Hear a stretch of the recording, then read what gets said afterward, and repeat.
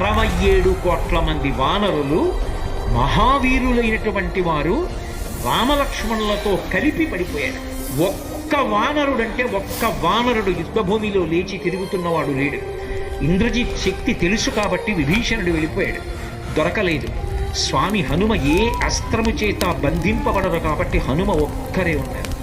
అందరిలో పెద్దవాడు, బ్రహ్మ యొక్క అంశలో వచ్చినవాడు జాంబవంతుడు నేల మీద పడిపోయి ఉన్నాడు. విభీషణుడు కాగడా పట్టుకుని అడిగాడు, తాతా కుశలమేనా అని అడిగాడు. వానరులలో శ్రేష్ఠుడైన హనుమ బ్రతికి ఉన్నారా అని అడిగాడు జాంబవంతుడు. విభీషణుడు అన్నాడు, తాత నువ్వు అడగవలసినది రామలక్ష్మణులు కుశలముగా ఉన్నారా అని అడగాలి. హనుమ కుశలముగా ఉన్నారా అని అడిగారేం తాత అని అడిగారు. మొత్తం వానరులు రామలక్ష్మణులతో కలిసి పడిపోయినా కూడా నష్టం లేదు.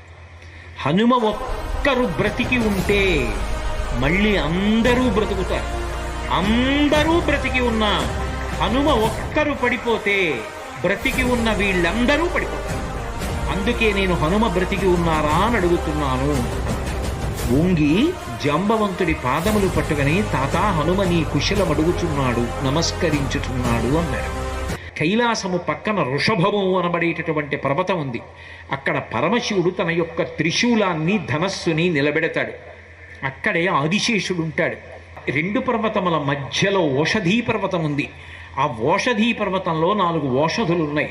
మృత సంజీవని, విశల్యకరణి, సువర్ణకరణి, సంధానకరణి అని 4 ఉన్నాయి. ఆ 4 ఓషధులు తీసుకురావాలి.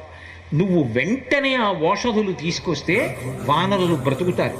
ఒక్క గుదుటున బయలుదేరి కైలాస పర్వతం దగ్గరికి వెళ్ళిపోయారు. ఈ స్థానములన్నీ చూశారు. వృషభ పర్వతం దగ్గరికి వెళ్ళారు. 2 పర్వతాల మధ్యలో ఓషధీ పర్వతాన్ని చూశారు. ఓషధీ పర్వతం హనుమ వస్తున్నారు, ఓషధుల్ని తీసుకెళ్ళిపోతారని కనపడకుండా వాటిని దాచింది. నా స్వామి అయినటువంటి రామచంద్రమూర్తి కార్యానికి పనికి రాకుండా ఓషధుల్ని దాస్తావానని ఆ సంజీవని పర్వతాన్నంతటిని పెల్లగించి చేత్తో పట్టుకుని ఆకాశ మార్గంలో కించిత్ శ్రమ పడకుండా కాంచనలంక ఉన్నటువంటి దక్షిణ తీరానికి చేరి యుద్ధభూమిలో దింపారు.